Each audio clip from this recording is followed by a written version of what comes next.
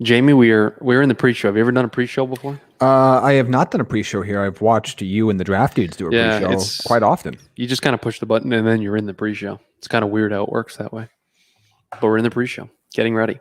Is this where I'm supposed to like crack open a drink or something? I feel like there's always those live streams presented by Mighty Swell. This one presented by Panini. So you can if you want. If you have a card pack, is that what I'm supposed to do? But that's kind of what we're doing on the show. Yeah, I kind of already got that kind of settled for us. So I don't know if we necessarily need it. I haven't gotten any. You got Mighty Swells. I haven't gotten any yet. I did. I got the Mighty Swells. I got the old ones. I should say the originals, and then I've got the new tropical flavors. And I'm all about the tropical flavors. The weather's starting to get a little bit better here in Chicago. It's not quite tropical flavor weather for most, but it's always tropical flavor weather for me. Yeah, absolutely. Well, welcome in everybody. A special TDN Fantasy live stream here for you on a Wednesday. I forgot what day it was there for a little bit. We're continuing our Panini player rankings series. So any fantasy related questions, you can feel free to pop those in there while we're doing the show. But I got a bunch of cards in front of me, some of the leftovers from when the guys and I do the Panini mock drafts on Mondays. And Jamie has all of his way too early rankings out there. They're all done.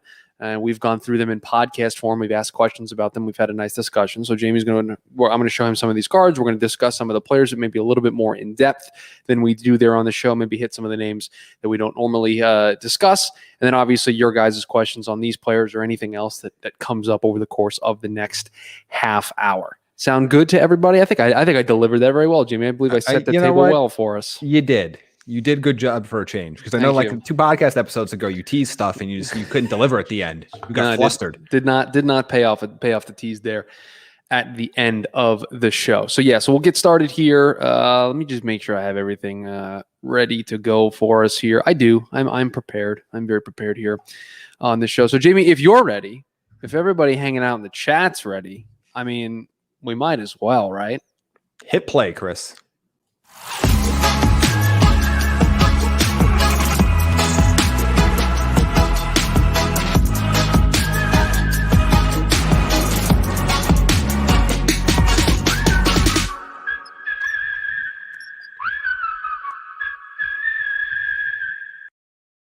Welcome in.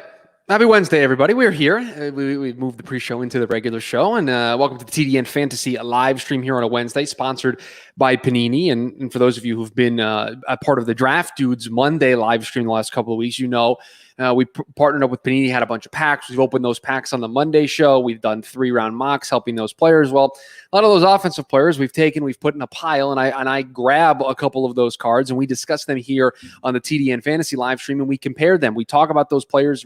Jamie goes through his way too early rankings for those players. We can have discussions about those players, their situation, maybe some of the players directly around them. So a fantasy relevant conversation. And like I mentioned, your comments, your questions about the players that are on the cards here or anything else that comes up here over the next half hour is more than welcome.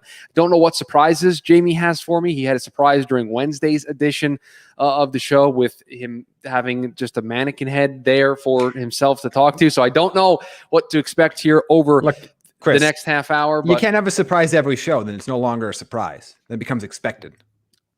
Makes me think that you're setting me up to then ultimately have something at the tail end of the show. But we will just press on and we will see what happens as the show continues. Jamie, if you're ready, I have 1, 2, 3, 4, 5, 6 players here for us to discuss. So we can take our time and get into these long-form conversations. And the first card that I will show everybody from the Optic pack here from Panini, a player that I don't think we've talked about even on the wide receiver ranking show that dropped today.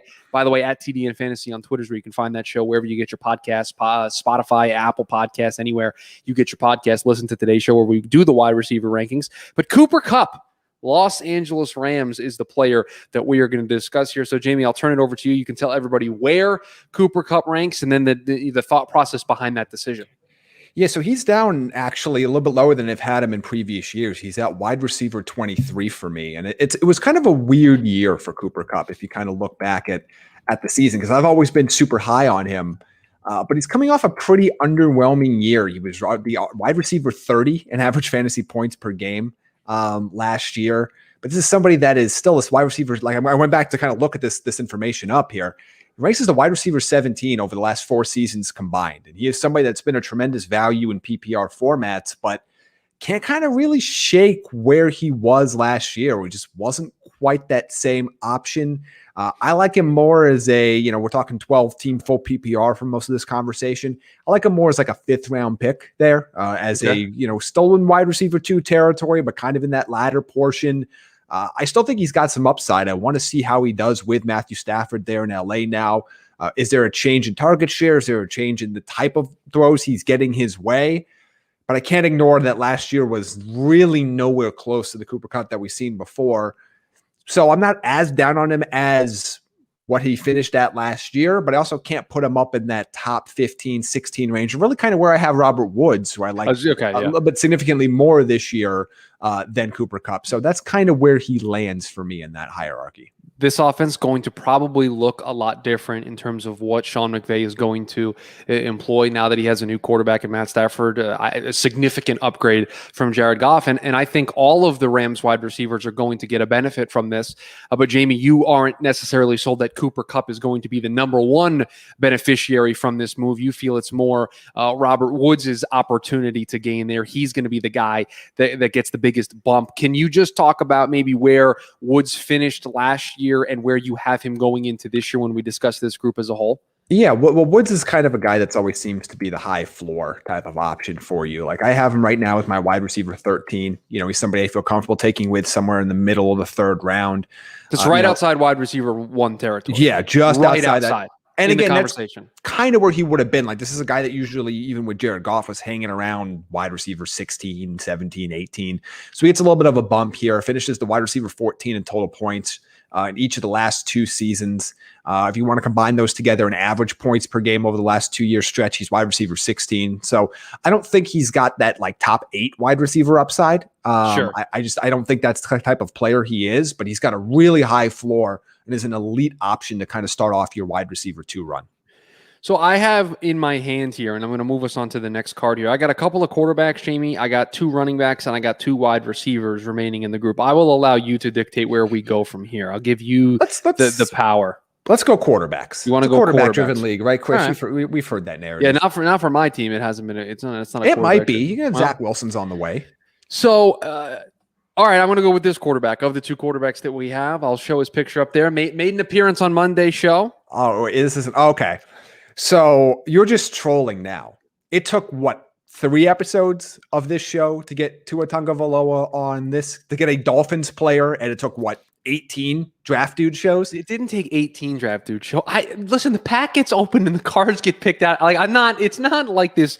I'm purposely doing this. Like everyone's like, oh, where's the Sam Darnold card? Right? Well, it doesn't really matter now. The Sam Darnold card's in Charlotte. Okay, yeah. So what do you want? There's no Sam Darnold Panthers card for me to pull out. But you know what? Since he made an appearance on Monday's show, I thought, you know what? He should make an appearance on the Wednesday show. So Tua, where do you have Tua ranked? And I'm assuming he's not high. I was just gonna say, I'm assuming he's not up there. So here's the issue that I have with Tua, and kind of just where I have him ranked. It's reasonable to expect a player of his talent level to progress from year 1 to year 2. So you are already saying Tua, I know, is going to be better in 2021 than he was in 2020. I have reason to believe. I feel like this is like a report. Yeah, you are dancing around being any sort of committal to Tua for this season. I'm not going to guarantee anything. What I'm going to say is there's a good chance that he is going to progress as a football player from year 1 to year 2. That is a reasonable expectation that we should have. The issue that I have is I don't know how much and how to quantify how much. So I can't exactly throw him up my rankings. He's 31st for me right now.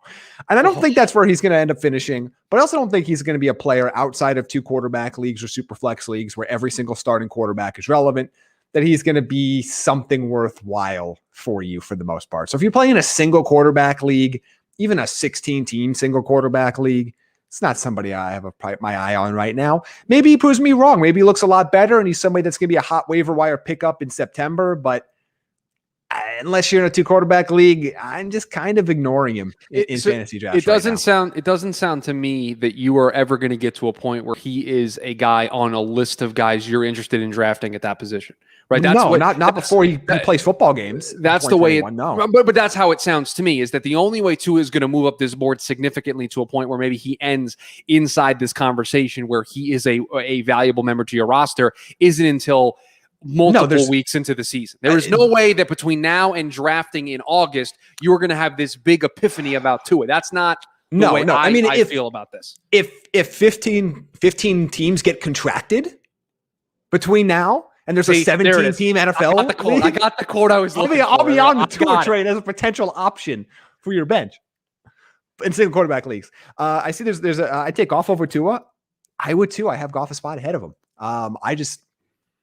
Right now, I would take, if I'm looking at my rankings right now, which you can see on draftnetwork.com under the fantasy tab. Yep, all of them are there. And by the way, I want to give you credit. You are updating these. So as you were changing your mind, like for example, James Conner signing in Arizona, you've already made an update to the running back board and have moved Chase for both James Conner and Chase Edmonds. So these are living, breathing documents that constantly get evolved as news happens. It's all fun and games right now. I mean, the draft hasn't happened yet. Nobody's actually there are a few people that are crazy like me, but most sane human beings aren't drafting fantasy football teams right now, unless they're in dynasty formats, where these players won't be available for you anyway. So, but like I'm looking at guys right now in my rankings, and I've got Goff. I could take even Sam Darnold right now. I take the top rookies. All right. This is you released the Kraken here. You've started to discuss some of where other quarterbacks are. 20 is where I have Carson Wentz right now. So you have him just inside of in a 2-quarterback league. You have him just inside the QB2 tier. Sure, is the way that for now. I think the also think Goff has a chance to go up a little bit, but right now, who's he throwing the ball to? Like we could project, but like the Lions might not take a receiver. And what happens if the Lions at 7 take Trey Lance or Justin Fields and they don't take a receiver? And now all of a sudden we're not so sure Goff's starting for 16 games. Those are things that are factored into 17 games, dollar in the jar. That's true. 17 games. It's a 17 games. Might not start 16 either. In that scenario. Might not start 10. So like those are all things I'm glad that came up because those are all things I'm considering right now. Like there are some guys that are low just because I need to see what they do. What are they adding? Is there a player that's going to, like Drew Lock right now is my 33rd quarterback because I don't think he's going to. Right now, I'm projecting there's a strong chance he's not the starting quarterback in Denver when the season. What disrespect to Drew Lock that is to have him 33rd. But if he is, you have 32 I'll fantasy. Move him up. You have 32 fantasy quarterbacks in front of him. It's disrespectful to Drew Lock. I have Jimmy Garoppolo 34th. Because I don't think he's going to be starting. Currently the starting quarterback for the San Francisco 49ers. But if he is, I'll move him up. But those are things that I have to kind of factor in the equation. And I think by doing this exercise, and we talk a lot about this on the podcast when we do these thought exercises, is the reason for doing them is to, one, Jaime is and this is something that the podcast prides itself on, is showing our work. We're not going to just be like, hey, we think this player is here and never discuss why or how we got there. But the other thing too is the part of this thought exercise is to have consistency in your logic and to see how it evolves. So when August rolls around and we are drafting teams and you do have to make these decisions, at least for you, Jaime, and I think the idea is that we instill this wisdom onto other people. And so when they do their rankings, they're doing the same thing, that you know why you've made a change when you've made a change. So Jaime, you know why you have Jared Goff at 30 and you have Sam Darnold where you have him and Drew Lock at 33 or where I think, you said Drew Lock's 33 and Jimmy G's 34. You know why that's the case. So if you do make a move, you know why you're making it because the factors around the first decision have changed. And that's kind of why I do my way too early mock draft, literally like at week 17. I guess it'll be week 18 this coming year, and kind of build off it from there. I just kind of want to see, because it's so easy to forget. The further you get away from the season, the easier it is to forget what you felt like and what players' analysis and what little nuggets of information you had. Sometimes players get used differently in the second half of the year, and you completely forget about it by the time you get to August. So I like kind of having that run there, and these will move around. Like not every, I need to see where they go. There's going to be injuries. Players might come in. Like what happens if the Patriots take a quarterback? Like there are a lot of really interesting things right now, particularly with the quarterbacks. Like how can you rate this guy so lowly? Look at that smile. Like if the Niners take Mac Jones, that creates a lot of issues, not only just for San Francisco, but it creates a lot of issues of like, hey, Jamie, I think if Mac Jones gets taken, you can keep Jimmy G right there at 34. Probably, but this is more about like if now Lance and Fields are available to the Denvers, the Detroits, the Patriots, a trading up Chicago, that gets really interesting. Okay, so we have a lot of to get into. Actually, have to deal with the Tua slander. Your Tua slander is not going to be a lot. Again, how can you say that this guy's not going to have good fantasy value? This is a real don't slander. I told you, Sam. Like it took 3 episodes to get Tua and a Dolphins card on here. This is a Tua card here. Okay, don't slander Panini like this. And then Sam has a question about which player has increased their fantasy value the most this offseason. And the reason why I think this is a great question, because my immediate brain can only think of the people that we have talked about on the show that have decreased their fantasy value the most this offseason. I can't immediately think of a conversation that we've had in which a guy jumps off the page. That's why I'm kind of looking at some names right now, because I think it's more like a lot of guys. I don't know how to, maybe let's not say off season. Let's just say since the end of the fantasy season last year. Okay. I'm going to cheat a little bit. This is cheating. Yes. So since the fantasy season ended last year to now, I think it's Cam Akers. No, dude, come on, man. You want a different answer? No, but because he was the next card up. Oh, there you go. So, okay, then I won't talk. Then I'll pick somebody else. Then I'll appease you here. I think I'm looking through some names here that are really interesting to me. I think Jalen Hurts is one, just because Wentz is gone. We're not having this conversation. I know you don't want to have that conversation again. I get it.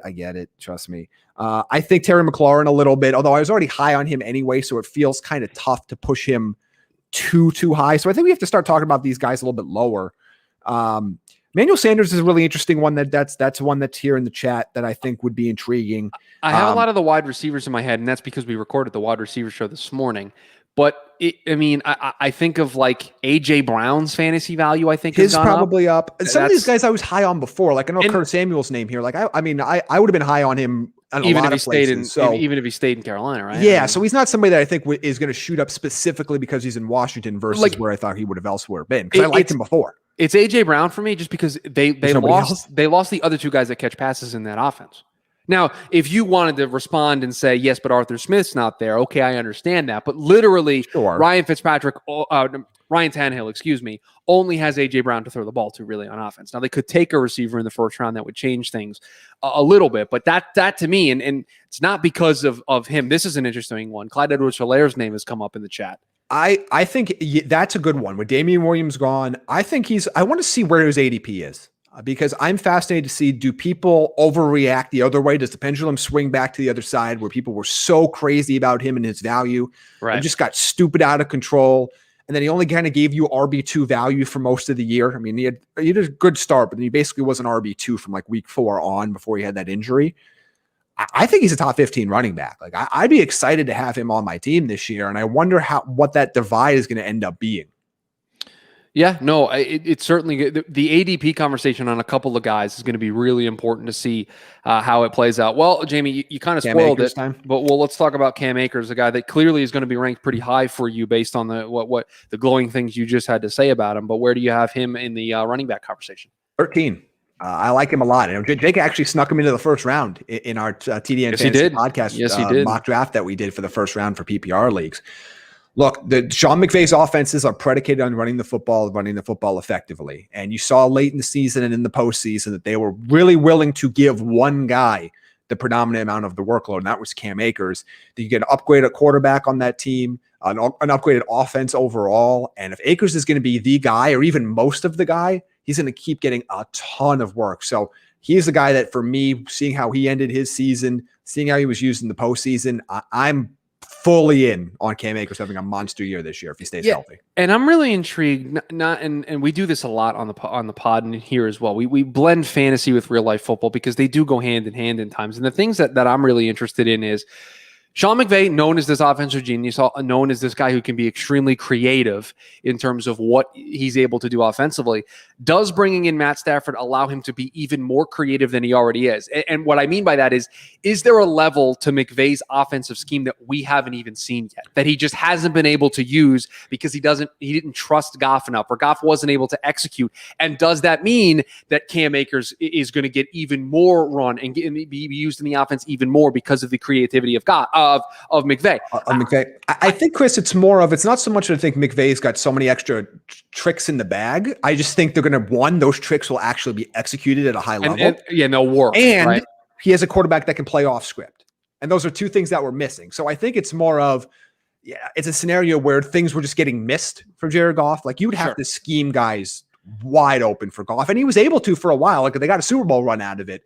But he was not able. But there was a point where he was at least able to make the plays he was supposed to. And then he couldn't even do that. Mm-hmm. And this is going to be I think we're going to see what this McVay offense could look like when it's executed at the highest level. And even when plays break down, now I have somebody that can actually do something off script. To me, again, the more they're winning games, the more they're up. They still have a strong defense. The more Cam Akers is going to get work to salt the game away. He's going to get work around the goal line. Like, that's what you want to see. I think this whole offense should be buoyed by this. And look, they're making a run. Like, they're going for it, right? All the picks that they've traded away, they are making an immediate run right here, right now. And if this offense can't be successful with the pieces they have, it's just not going to be. And it will, by the way. I'm really excited to see this. There's nothing off topic on this show. We mentioned it at the top. Any questions that anybody has, please feel free to throw them in the chat. Let's rank these four guys, Jamie, and I think we're going to be in agreement on this one. But I think Jonathan Taylor is going to be the top running back of this group, and then it is going to go J.K. Dobbins, Gibson, Akers. Is that a fit? Nope. No, I don't have the right order. Okay. You do not have the right order. It is, for me, it is. I have Taylor at 8. I have Gibson at 11, Akers at 13, Dobbins at 14. So they're all very close. Yes. So, but that's the order that I would go with. And again, we're talking full PPR. Yeah, I think Jonathan Taylor is clearly the best out of this group for that. And then, the Antonio Gibson love that is had on this show, I think speaks for itself at this point. But this is a group that, as Jamie mentioned in his rankings, is very close. They're right on top of each other, and I think you could flip flop any one of them with a convincing argument. All right, Jamie, I got another quarterback here for you. Before you get to the quarterback, the one name missing on that for that second year group is Deandre Swift, and he's down at 17 for me. I want to have him higher, but this Jamal Williams signing is going to eat into his workload. Jamal Williams is a much better football player than I think a lot of people give him credit for. He can do a lot of things well. He's a strong pass blocker. He's a strong catcher out of the backfield. He's going to take away work from Deandre Swift. Now, Swift last year was still highly successful in the second half of the year with only one game with a 70% snap share. So it's not like he needs a tremendous workload to be highly successful, but his upside now is a little bit more capped than where I wanted to. Like, he was a bona fide top 15 running back for me, right around where all those guys were up until the Jamal Williams signing. Yeah, I'll tell you, as somebody who manages a team in a dynasty format and has DeAndre Swift on my roster and has to make decisions about who my keepers are and who I will be retaining for next season, DeAndre Swift, it's a tough decision now. I still think I'm ultimately going to lean towards keeping him, but I took a big blow, him being one of my top options at running back just because of this news. Here's your quarterback, Jamie. He just won a championship. He won a Super Bowl. Another year, another Tom Brady title, huh? Tom Brady. I have him at 7. I really like the way he started to gel with those receivers at the end of the year. Him and Mike Evans, Chris Godwin really got on the same page. Now, I think Antonio Brown coming back, if that ends up happening, will be a big help to him. And I think there is actually a little bit of a loss if he doesn't go back there, both for Antonio Brown and for Tom Brady, because Tom leaned on him a lot heavier in the back part of the year. Specifically in the Super Bowl. Well, he did in the Super Bowl, and really from basically their post-late bye week on. Yeah. I believe he was second on the team in targets, if you include the postseason run. So he's somebody that got a lot of usage out of that offense. But look, you're not going to get any rushing from him. You know that. No, but he's the non-traditional fantasy quarterback, right? In fantasy formats nowadays, you want a guy who's able to run the football a little bit. Tom Brady's the anti that. The way you're going to make your points here is he's going to throw for over 300 yards and he's going to throw multiple. But they're going to throw a ton. Right. And they have plenty of weapons, and Bruce Arians and Brian don't take their foot off the gas. Like, you're going to like what you get for him. But to me, it's just, there's a kind of a glut here of all these quarterbacks. And, I have him at 7, and I would be really happy to get him. But my philosophy. I don't, in single quarterback leagues, I don't pay up for quarterbacks. I think there's going to be 18 guys that probably give you solid production at some point, and you're probably better off, if you're not going to get one of these elite options, just going with a mix and match stream format for most of these guys. So I like Tom Brady. I like him a lot, but I'm not going to probably pay the Tom Brady sticker price to get him in most fantasy drafts. Listen, Scotty Miller, not going anywhere. Still think he's going to be a feature part of what they do down there. I don't think he can be a piece. Yeah, I don't think. Hey, look, he has that NFC Championship game play, right? He does. I mean, like he's got that play forever. He does have that play forever. Jamie, I have 2 wide receivers left in front of me. We're going to get to both of them here to close the show, but I will ask you which one you'd like to go with first: the AFC wide receiver or the NFC wide receiver? Let's go to AFC. We just did an NFC quarterback. Guy wants to do the AFC. Tyreek Hill. Tyreek Hill. So we talked about him a little bit because Jake had some questions on our show about him today on the TDN Fantasy podcast. Available anywhere. Still my wide receiver too. And he brought up a good kind of conversation about boom or bust. And I think this was really kind of a good topic for us to discuss, because if you look at what he did last year, and obviously he had that monster like 57-point fantasy day, but he only scored you fewer than 15 points twice last season. Like, it's so crucial too, right? Pretty consistent option, gave you 7 games of 21 or more fantasy points. So he wasn't as boom or bust as people, I think, want to label him in the fantasy community. To me, he's still clearly the wide receiver 2. That's where he finished last year. I'm confident taking him at the very, right around the turn or early second round. I tend to go heavy running backs in the first round. So for me, he's not somebody that's in consideration with a top 8 pick. But he should be the second receiver off the board. And what's there not to like about him? And we'll see if they end up bringing in another receiving option, because Kansas City right now needs another receiver. With all due respect to Mecole Hardman and Demarcus Robinson, they need another receiver there. And I think the interesting conversation to have here, Jamie, and we had it a little bit on the podcast, is what you're going to get from Tyreek Hill, right? You know what his role is in this offense. He is going to be featured. He is going to be the guy that Patrick Mahomes throws the ball to. Him and Travis Kelce are always going to be high in the pecking order of what they do, no matter who they bring in, even if they draft a wide receiver late in the first round or with any of their picks. Those 2 guys are still going to be the lion's share of the offense. And I think when you look at what Tyreek Hill has done over the last couple of years, and you look at the guys directly behind him on your rankings, there isn't really a guy that has the situation that dictates taking that spot away from Tyreek Hill as the number 2 wide receiver. And the 2 guys directly behind him, correct me if I'm wrong, but are Stephon Diggs and DeAndre Hopkins. And Diggs would have to be even better than he was last year, right? And it's hard for me to think he can be better than almost being one of the best wide receivers, if not the best wide receiver in the game last year, because that's what he was at times. They're one spot apart for me in both ranking at the position and in general. So, I mean, if you want to take Diggs over Hill, I'm not going to fight you on it. I just think, to me, there's a better chance that Hill's able to replicate what he did last season. I think there's a slightly better chance of that than Diggs, but they are so close. Right, and it's not diminishing Diggs. It's just, in order for Diggs to supplant Tyreek Hill at 2, he has to do what he did last year and probably then some, which just seems like an incredibly high ask of him and in that Buffalo offense. And I think the same thing applies to DeAndre Hopkins in Arizona, right? I think what we saw from Hop in Arizona is probably his peak. Right? He was the number 1 wide receiver, and it wasn't even close on that football team. Yeah, I mean, look, his target volume. I mean, I didn't think he'd be a 160-ish target guy again in Arizona. I thought that he was going to leave that in Houston, and he was, and he's still going to be leaned on really heavily. Yeah, I don't think AJ Green is going to come in and immediately take away enough. AJ Green ain't going to come in and do anything. Let's be honest. Okay, we disagree a little bit there, but I think the point is still valid here for fantasy. The guy that I think has the biggest ceiling in order to do this, to wrap this back to a conversation we had earlier, is AJ Brown, just because I think there are going to be more targets that might go his way. And he just needs a lot of targets. Right. Like, if he became a 150 target guy out of nowhere, sure, he's going to be challenging Devante Adams. I just don't think that's going to be the case. No, but he's certainly going to get more targets than he did last year. In theory, he should. Right. I mean, if he doesn't, then either somebody else emerged on this team, they draft a wide receiver who stepped up and played a big role, or something happened to AJ Brown and the way this offense is constructed, right? That's at least the way I'm looking at it. In terms of ceilings, I think AJ Brown has the highest ceiling in order to do this. Okay, let's talk about this last wide receiver. We can get out of here on a Wednesday. Michael Thomas. So this is another guy we talked about on our podcast, Chris. I'm starting to think that you gimmick these decks. No gimmicking whatsoever. To really just talk about the stuff on the podcast. I have him at 14, and I don't love it. Like, I'll be honest with you. I don't know what to do with Michael Thomas. Last year, with Taysom Hill in the 4 games Taysom Hill started at quarterback, he was like a wide receiver 30 caliber player. Like, and that's he was where, hurt. so wide receiver 30, 31 is where he was in PPR on a per game basis.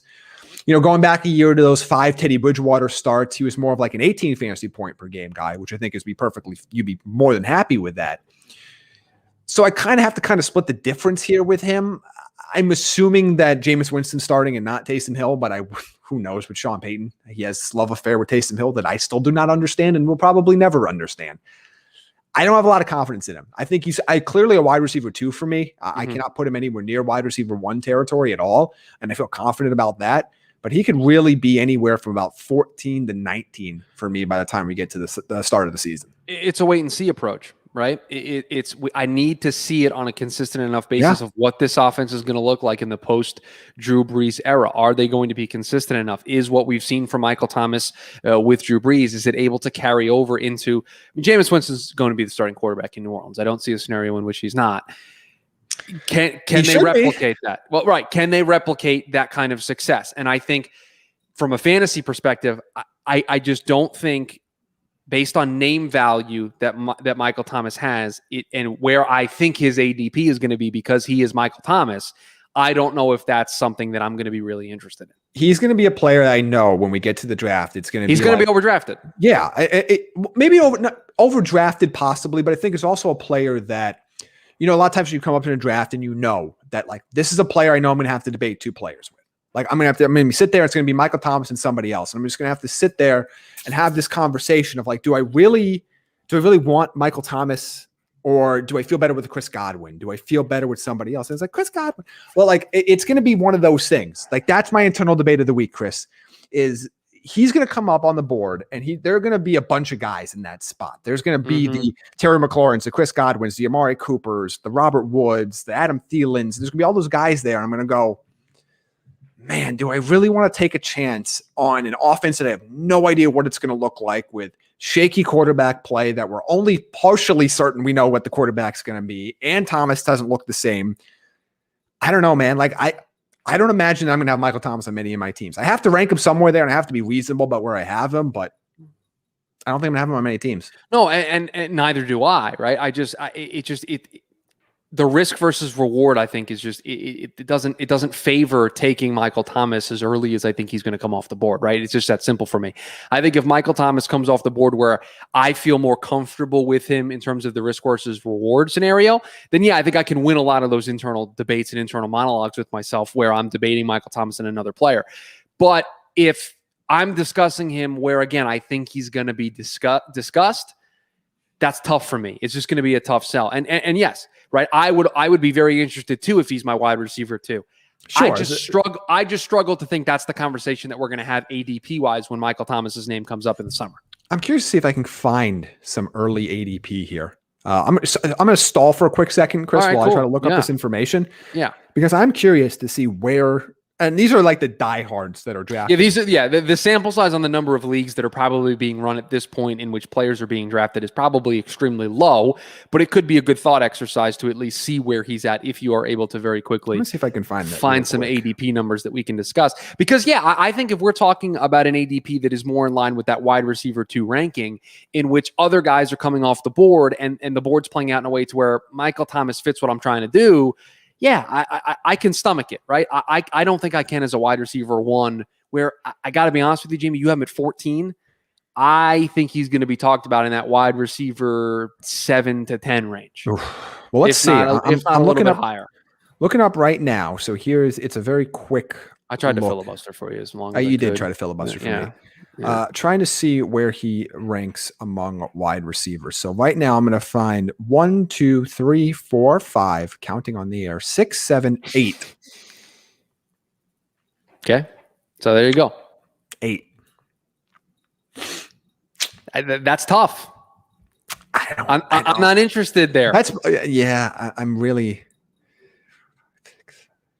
Yeah, more counting is occurring right now. He's going end of the second round, and here are the picks that are going around him for some context. There's like the 2 picks before and the 2 picks after. The 2 picks before are Deandre Swift and Keenan Allen, and the 2 picks after are Antonio Gibson and Miles Sanders, and then AJ Brown, and then Cam Akers. Like, I'm not touching him here. Not with AJ Brown on the board. I'm not touching him here. Like AJ Brown's going after him, Allen Robinson, Justin Jefferson, Mike Evans. All guys that I would rather have to lead my team. Some of these guys are going a full round later right now. So I'm not touching them at that spot. Man, top 10 receiver. I can't get on board for that. Yeah, no, it would be extremely tough. Now, see, this is, and we'll end the show with this. I think this is a very interesting scenario. I think I'd feel comfortable here, right? If my team is Aaron Jones and Zeke with my first 2 picks, I feel a little bit better about this. But again, we're talking about Michael Thomas in the 3rd round, where based on what you're saying, Jamie, top 10 wide receiver, he's going in the first 2 rounds at that point. Yeah, I had him in my way too early mock. I had him going off the board as the 2nd pick of the 4th round. So that's kind of where I had him.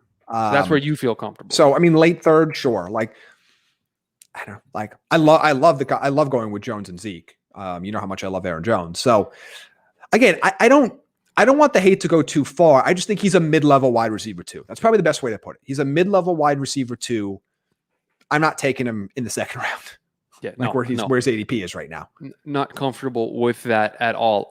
That is going to do it for us. I'm all out of cards. We'll be back next week. I believe next week, our last week of doing this. This will be the last group that we do, or we might have a couple of more weeks. I'm not sure. I have to see how many cards we're going to be unveiling. We'll have to see how it works, yeah. Next week, we will be doing it for sure. And then the following week, something really special that you will hear all about Draft Network wide. Yes. Will be happening. So yes, you'll be kept up to date on what you will see here from these 2 gentlemen that you were seeing on your screen, maybe some other people in due time. So just wait. There's a tease for you. Just sit back, relax. You'll see something here pretty soon. But we'll be back definitely next week doing more of these Panini TDN fantasy rankings, where we can have these kind of longer form discussions. If you miss anything, as always, you have the podcast that you can check out, where we did some more deep dives, more questions on all of these position groups. We're actually doing our TDN fantasy version of a 1st round NFL draft mock draft here next week that you can look forward to as well for the 2 podcast episodes next week. So you can get that wherever you get your podcast. Jamie's rankings, you can always find online at thedraftnetwork.com under the fantasy tab. Jamie, where can everybody follow you on Twitter and social media? You can follow me at Jamie Eisner on Twitter, at Jamie Eisner TDN on Instagram, and follow Panini at Panini America. Look at you with the mask on the mannequin this week. That's a nice touch. I found these. I had to mix it up a little bit. Yeah, that's very good. That's a very nice addition there. You can follow me. I know where to put this now. You can follow me on Twitter at Shoe Radio, SCHU Radio, and you can follow the show at TDN Fantasy. Thanks everyone for chilling, hanging out with us. We will be back next week.